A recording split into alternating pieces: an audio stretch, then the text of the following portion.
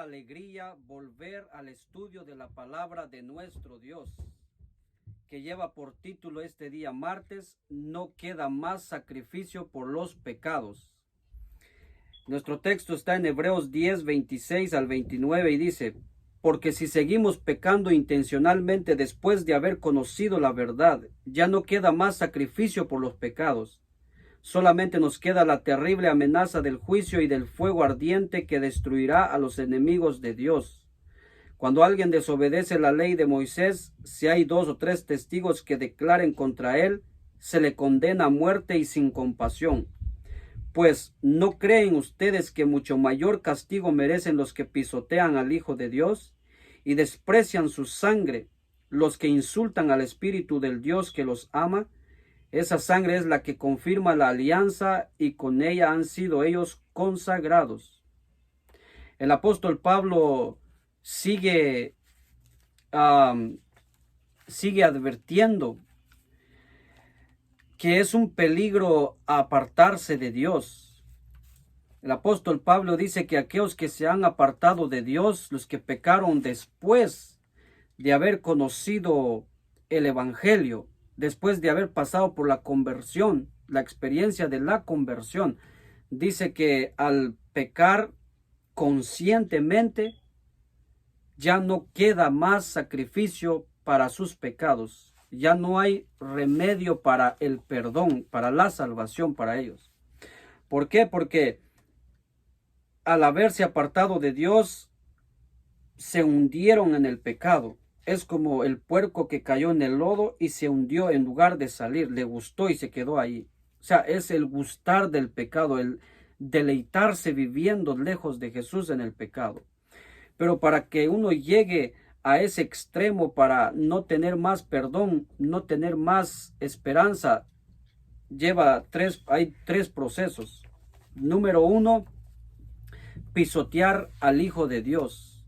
Pisotear al Hijo de Dios es decirle a Jesús: yo no quiero que gobiernes mi vida, yo no quiero vivir bajo tu voluntad, bajo tu dirección, porque tú eres una amenaza para mí, eres un enemigo porque no me dejas vivir mi vida a mi manera.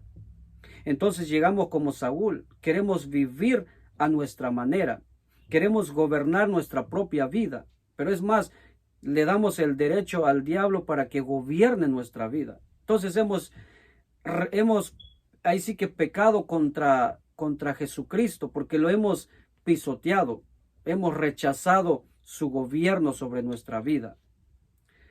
Ahora, el segundo paso es rechazar su sangre preciosa. Es como Caín rechazó el propósito de Dios, el plan de Dios para la salvación, que era un corderito, y él despreció a Jesucristo, despreció su sangre.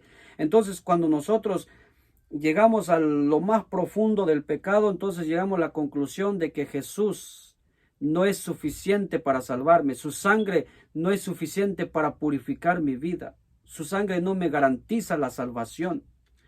Entonces ahí ya hemos ido lejos, ya estamos perdidos. ¿Por qué? Porque entonces ahí va el tercer paso: insultar al Espíritu Santo.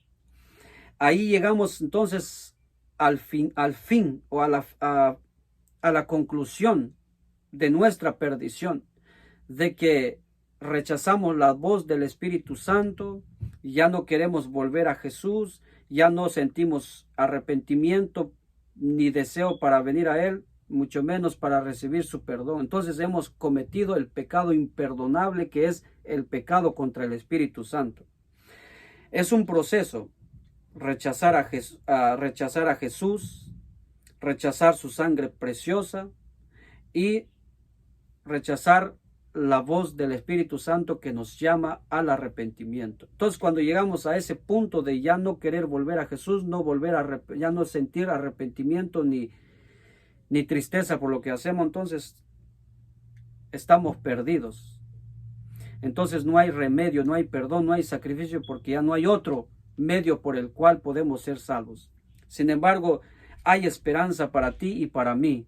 Todavía hay esperanza. ¿Por qué? Porque Primera de Juan capítulo 2 versículo 1 dice: hijitos míos, esto os escribo para que no pequéis. O sea, el deseo de Dios no es que pequemos, no es que vivamos en el pecado, sino, pero si alguno hubiere pecado, abogado tenemos ante el Padre, a Jesucristo el justo.